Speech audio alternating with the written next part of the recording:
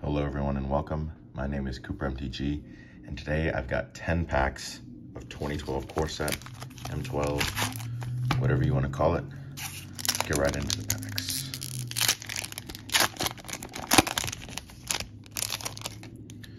So I think that the first set I ever played was M10, right around then, so definitely a big throwback here for me.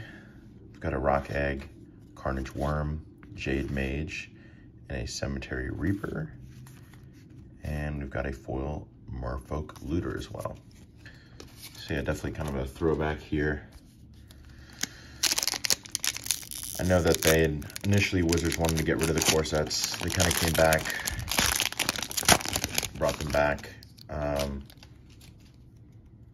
I was always kind of a big fan. I know they're not necessarily the best in value, but you get a lot of cards that really make Standard playable, if that makes any sense. A lot of filler cards. Got an Arbalest Elite, Kite Shield, Kraken's Eye, and an Adaptive Automaton. It's a pretty sweet card used in some tribal decks. But yeah, you get a lot of your filler cards like Negates and whatnot, where you can kind of stick to having more set specific cards, if that makes any sense, within the lower blocks. So you can try to follow similar, I don't know how to describe it, archetypes, whatever, something like that. Oh, we've got a Swiftfoot Boots, Commander All-Star, Vampire Outcast, Consume Spirit, Sundial of the Infinite. It's a pretty nice card. And we've got a foil Fireball.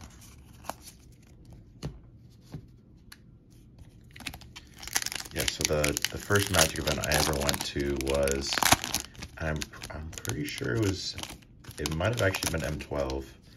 It was some core set pre-release. And, you know, now that I'm thinking about it, it was probably like M10. Or maybe it was this set, because I made a Goblins deck and I actually did really well. I think I might have top 8'd. I've got a Hunter's Insight, Sarah Angel, Phantasmal Dragon, and a Warstorm Surge. But the biggest thing for me was that I pulled a Primeval Titan, and at the time I was still very new to Magic, so I didn't really understand how value worked at that point. I'll get through this pack and I'll finish the story. Got a Stormblood Berserker, Overrun, a sweet card, Cudgel Troll, and a Sorin's Vengeance. Anyway, me not knowing what this card was, someone offered me an Inferno Titan, which, you know, I just made a Goblins deck. Inferno Titan was red. I played in my deck. And so I agreed. And, you know, now I know that that guy basically scammed me out of a card. I was probably like 12 years old. So I hope whoever did that, I hope you feel good about yourself, as we've got a Call to the Grave and a foil Mind Rot. But yeah, just looking back on it, it's a really scummy thing for that guy to do. And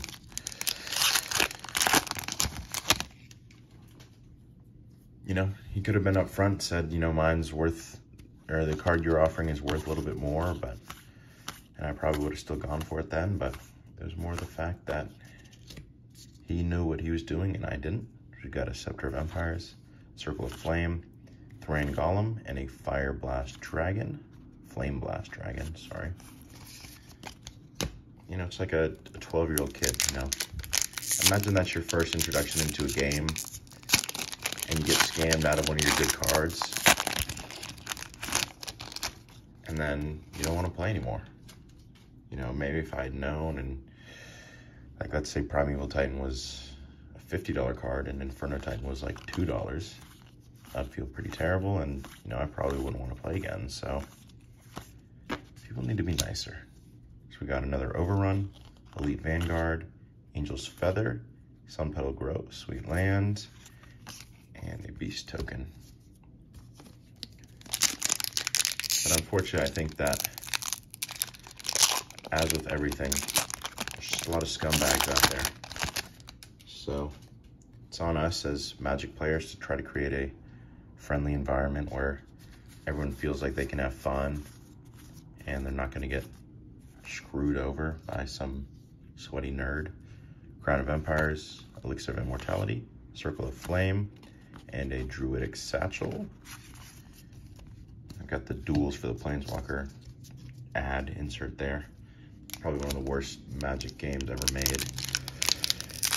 I remember playing that on the Xbox back in the day, and it was absolutely awful. And they did a lot better with Arena, so I'm glad that that finally happened, as we're now on our last pack here. It is still cool to see some of these older cards. So we've got an Azure Mage, Master Thief. I spoiled the rare. Got a Tectonic Rift and a Jace's Archivist as our rare. So definitely a lot of sweet pulls there. Again, like I was saying, always sweet to see those older cards from the older sets. That does bring us to the end of the video, however. So at this point, if you did enjoy, please feel free to like, comment, and subscribe. And as always, this has been Cooper MTG, and thanks for watching.